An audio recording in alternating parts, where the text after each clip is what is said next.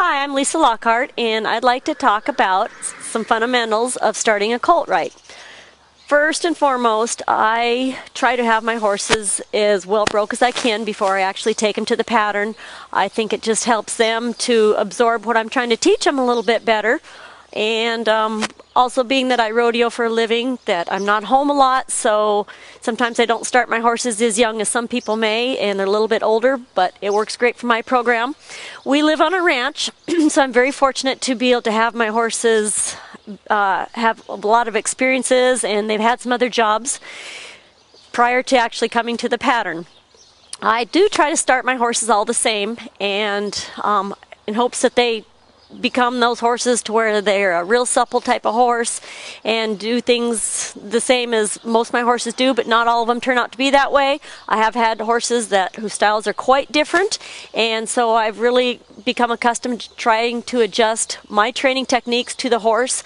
I start them the same, and at some point in time in that training, it becomes obvious as to whether or not they're going to adapt to that specifically, or if I need to adjust my game plan a little bit. But basically, I do start them out being the horse to where my rate point usually doesn't change a whole lot with most horses. It's very early, especially for the first barrel.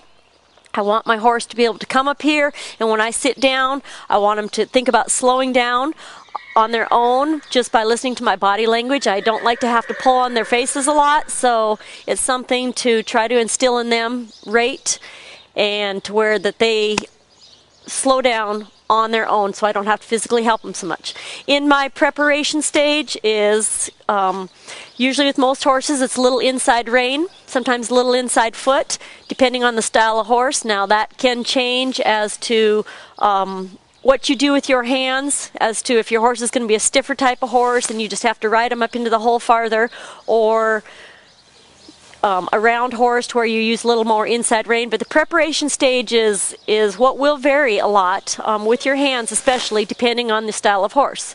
This horse particularly is accustomed to a little inside rein, and he stays supple, and I use some inside foot to keep the horse round, broken the rib cage. I also feel that there's three parts of the horse, not only just your face, but the middle section and the hind end. So when I'm asking them to come to the barrel, of course I want their hind end up underneath them. I prefer to have them round in the rib cage as we go around the barrel. Like I said, that doesn't always happen, but that's the way I try to make it happen. And using your feet a lot. If a horse has a tendency to want to come in, if they're going to be too tight, where I'd prefer my road to be out a little bit, if they're too tight, as I'm coming to that barrel to try to compensate, the more inside foot I use to try to round them up, even at a later point in time, is better than none at all. So I try to have my horses very responsive to my feet, and not only to my feet and my hands, but once again, knowing your horse, having them better broke, really helps in these types of situations. So same thing going across to the second barrel, you know, a rate point. If for some reason when I sit down the horse did not want to rate on their own, I would stop them and back them up and try to instill that rate in them a little bit.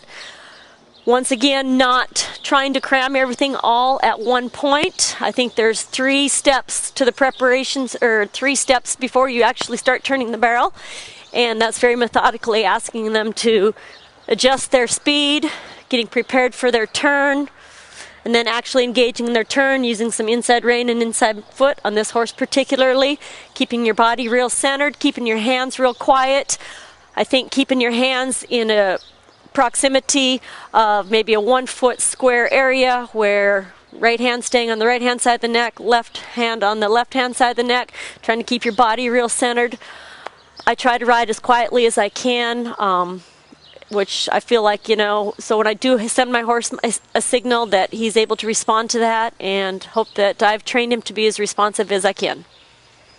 I want to talk about a few more things that in your advancement with starting a colt right, when you need to start figuring out the differences in your horses, and for example this colt that I'm on, some things that he may do that I need to adjust specifically in his training.